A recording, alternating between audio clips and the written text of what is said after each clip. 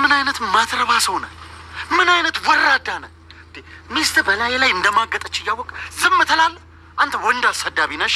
ወንድ አሰዳቢ ማለትም አንተ ነህ። የሰው ሚስት ላይ ሙጭጭ ብለህ እንደ መዥገር ተጣብቃለቅ ያልካት። አልተዋችሁ። ይኸውልህ ሄለን የኔ እስከምትሆን መቼም ቢሆን ጥረቴን አላቁም። እንግዲያውስ አንድ ነገር ልንገርህ፣ ሄለን ምንም ነገር ብታረግ አልተዋትም። ሄለን የኔ ብቻ ናት። እኔ ደግሞ በህይወት እስካለው እናንተ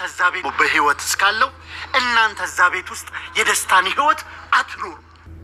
ካሌብና ቅዱስ ተፋጠዋል። እንግዲህ ነገሩ ሁሉ የካሌብ የሴራው ጥግ ፈርሶበታል። ካሌብ ነገሩ ሁሉ ሄለንን በማስፈራራትና ይበልጥ የምትፈልገው ነገር እያወቀ ከሱ ጋር እንድትሆን ያደረገበት ቪዲዮ አሁን ላይ ቅዱስ አውቀዋል ማለት ነው። ይህ ሁሉ ነገር ያደረገችው ሁሉም እውነት እንዲያውቅ ያደረገችው ሳምሪ ናት ማለት ነው። ሳምሪ ሄለንና ቅዱስ እንዲለያዩ ባለመፈለጓ የቅዱስና የሄለን ጭንቀት ለማቅለል ለቅዱሴ ሁሉም ነገር ነግረዋለች።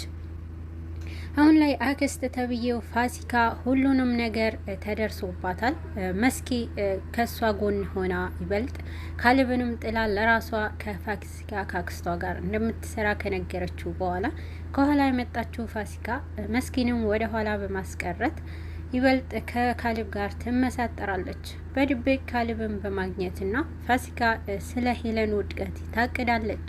ግን ደግሞ ይሄ ያልጣማት መስኪ ነገሩ ሁሉ አክስቴ ለምን እንደዚህ ታደርጊያለሽ በማለት ብዙ ጊዜ ትጠይቃታለች። አክስት ተብዬ ፋሲካ ደግሞ ነገሩ ሁሉ ከካሌብ ጋር ጥል ስለሆናችሁና ከሱ ጋር በቀስታ እሱን ለማስረዳትና የምንፈልገው ነገር እንድናገኝ እያደረግኩ ነው ብላ ተዋሻታለች። ግን ምንም ቢሆን መስኪ አሁንም ጥርጣሬ ውስጥ ገብታለች። ካሌብ ከሄለን ቢሮ ካወጣችለት በኋላ ፋይሉ ሄለን ከሰረቁትንም ፋይል ሄለንም ከሄለን ቢሮ ከወሰዱት በኋላ ፋሲካ ወደ እሱ ትወስደዋለች። ግን ደግሞ ፋሲካ ግን አሁንም ቢሆን የምትፈልገው ነገር የራሷ እዛ ቤት ያለውንም ሄለንም መስኪም ወደ ኋላ ጥላ ሁሉም ሀብት ለራሷ መውሰድ ስለሆነ ከካሌብ ጋር በመሳጠር ይሄ ነገር አገኛለሁ ብላ ነው እየሰራች ያለችው። የመስኪ ሁሉንም ነገር ድብቅ አድርጋትና እኔ ግን በጎን እያስተባበልኩት ነው ብላ ትዋሻታለች። በዚህ መሀል ፋይሉ ከሰረቀች በኋላ ከቢሮ ፋሲካ ወደ ካሌብ ነበረ የወሰደችው። ግን ደግሞ ሄለንና ሳምሪን በጣም ሄለን ስለተጨነቀች ሳምሪን በቃ ካሌብን እኔ ያናግራለሁ ብላ ወደ ካሌብ ታምራለች። ግን ደግሞ ያየችው ነገር ከባድ ነበረ። ፋሲካ ከካሌብ ጋር ካየች በኋላ ለመመለስ ትሞክራለች። በዚህ አጋጣሚ ግን ካሌብ ሳምሪንም አላያትም ነበረ። ያየቻት ግን ፋሲካ ነበረችና ደንገጥ በማለት ታስቆማታለች። በዚህን ጊዜ ምን እያየሽ ነው? ምን አይተሻል? በማለት ታፋጥጣታለች። ሳምሪ ምንም ነገር እንዳላየችና ምንም ሳልፍ ነው ብላ ትመልሳታለች።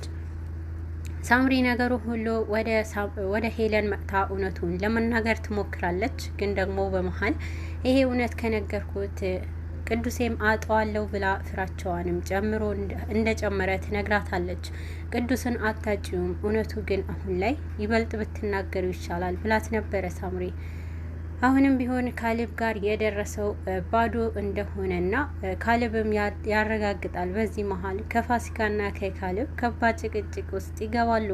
እንዴት ባዶ ይዘሽ ትመጫለሽ በማለት ከእሷ ጋር አለመግባባት ይፈጠራል። ግን ደግሞ ምንም ቢሆን ነገሩ ባዶውም ቢሆን እጅህ መግባቱ በጣም ጥሩ ነው፣ በኋላ ላይ ኮምፒውተር ቤት እንደሚስተካከል ትነግረዋለች። ካሌብ ይሄንንም አጋጣሚ አለ ብሎ ወደ ኮምፒውተር ቤት ያመራል። አክስት ተብዬው ፋሲካ ከመስኪ ጋር ይጋጠማሉ። መስኪ ነገሩ ሁሉ አላማራትምና አክስቷን መከታተል ጀምራለች። አክስቷን በመንገድ ላይ ስታገኛት አክስቴ ከኔ ድብቅ ሆነሻል ብላ ብትጠይቃትም ካሌብን እንዳገኘችውና አንቺ ጋር ጥል ስለሆናችሁ ቀረቤታችን በሩቅ ብናደርገው ብዬ ነው ትላለች። መስኪ ግን ቢሆንም ግልጽ እናድርገው እኔ በይፋ እንጂ ድብብቆሽ አይመቸኝም እያለች ነበረ መስኪ። ፋሲካን ይሄንን አታስቢ፣ እኔ ካንቺ ይሄንን ነገር ምደብቅ ወይንም ማታለልሽ ከመሰረሽ የማታለልሽ መስሎች ከሆነ አትጠራጠሪኝ እያለቻት ትቆያለች። ግን መስኪ በዚህን ሰዓት አክስቷንም እንዳላመነቻት ለራሷ ብቻ ነግራ ከሷ ትለያለች። ግን ደግሞ ፋሲካ አሁንም ቢሆን እሰራላችኋለሁ፣ ሁላችሁም ባዶ አስቀራለሁ በማለት ፉከራዋን ትቀጥላለች። ግን ደግሞ ሳምሪ አክስቷ ከካሌብ ጋር እንዳየቻት ፋሲካንም ለሄለን ለመናገር ትሞክራለች። ሄለን ግን ለማዳመጥም በጣም ንዴት ውስጥ ስለነበረች ፋይሉ ካጣችሁ ጀምሮ በቃ ቅዱሴ እጅ ይገባብኛል በማለት ውስጧ በጣም ከባድ ጭንቀት ውስጥ ገብታለች። በዚህን ጊዜ ግን ቶሎ ብላ ነገሩ ሁሉ ለማረጋጋት ትሞክራለች።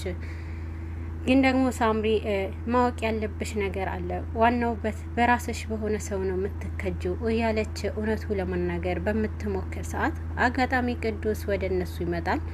በዚህ መሀል ግን ሁል ጊዜ ሳምሪ እውነታው ለማውጣት በሞከረች ሰዓት አንድ ነገር ፊት ለፊታቸው ይገባልና በዚህን ሰዓት ግን ለሳምሪም ለሄለን አንድም ነገር ሳትላት ይለያያሉ።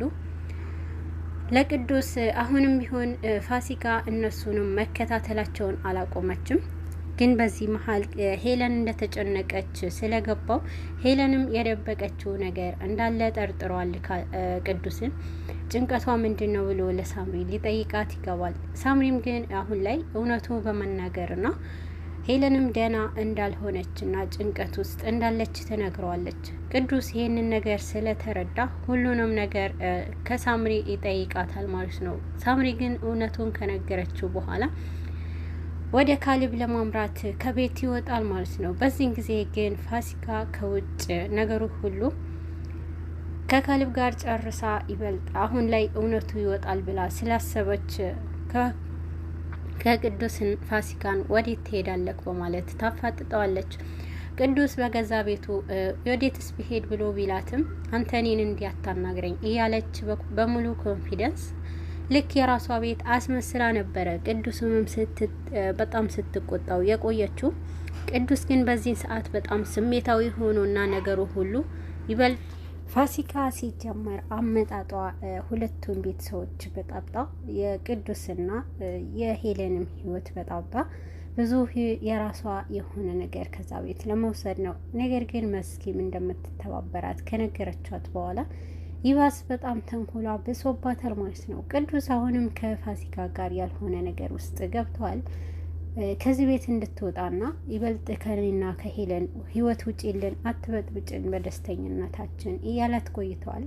ግን ደግሞ ሄለን አንተ ለእሷ አትገባትምና እሷ እህቴ ልጅ እንደዚህ ያለ ህይወት ውስጥ እንድትኖር አልፈቅድም በማለት ነበረ ቅዱስም ስታስፈራራው የቆየችው።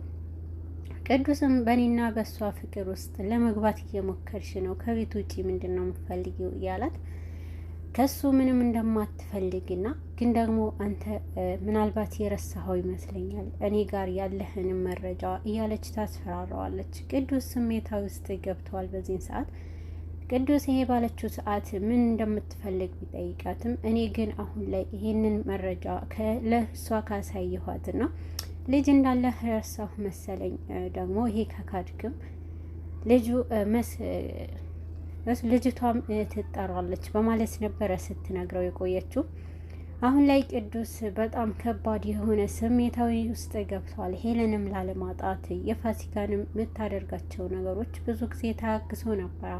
ግን ደግሞ በጣም ስትፈታተነው ፋሲካንም እንቅ አድርጎ ከዚህ ቤት ውጪልኝ በማለት ይጮኋል።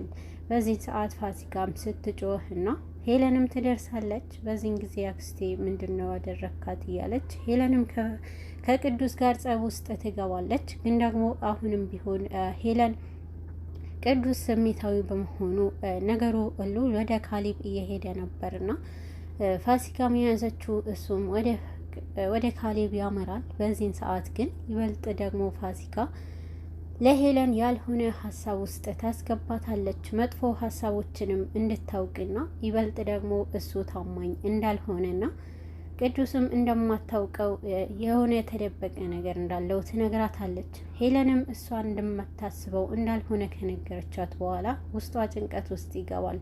አክስቴ ምን እያልሽኝ ነው? እኔና ቅዱስ መሀል እኮ ምንም ነገር የለምና በእኔና በቅዱስ መሀል ያለው ፍቅር ሰፊ ነው ብትላትም አንቺ ስለማታውቂው ነው ስለምታምኚው ነው እና እኔን የወደደኝ አይመስልምና እኔም ጎዳና ላይ ይወጣለሁ ትላታለች።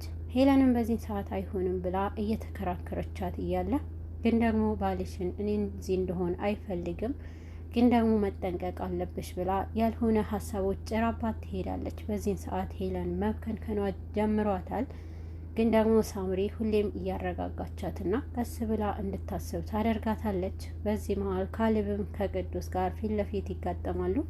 ሁለቱ በተገጣጠሙ ሰዓት ግን ለምንድን ነው ሄለንን የምታስጨንቃት? ሚስቴን ተውልኝ እያለ ቅዱስ ለካሌብ ይለዋል። ካሌብም በዚህን ሰዓት መቼም ቢሆን ሄለን ለእኔ እንጂ ለሌላ አትሆንም፣ እሷን መቼም ቢሆን አልተዋትም፣ ከኔ ውጭ ከሌላ ሆና መቼም አርፌ ያልተኛም አልተዋችሁም እያለ ያስፈራራል።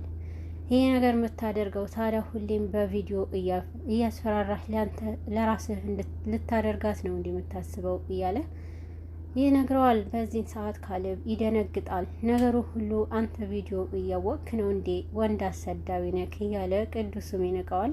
ካሌብ አሁን ላይ በቃ ሙጫህን አጥተሃልና ካሁን በኋላ በቪዲዮ እንድታስፈራራት አልፈልግም እያለ ቅዱስም ለካሌብ አፋፉን ይውለዋል። በቅዱስና በካሌብ መሀል ከባድ የሆነ ጸብ ይፈጠራል ማለት ነው። አሁን ላይ ሄለንና የሄለን አክስት ምንም ቢሆን በቅዱስ ምክንያት ሄለን ፋሲካ ሀሳብ ውስጥ አስገብታታለች። ግን ይህንን ሁሉ ሳምሪ አልፈቅድምና እውነተኛ እናታችሁ አሳያለሁ በማለት ሳምሪ ቆርጣ ተነስታለች።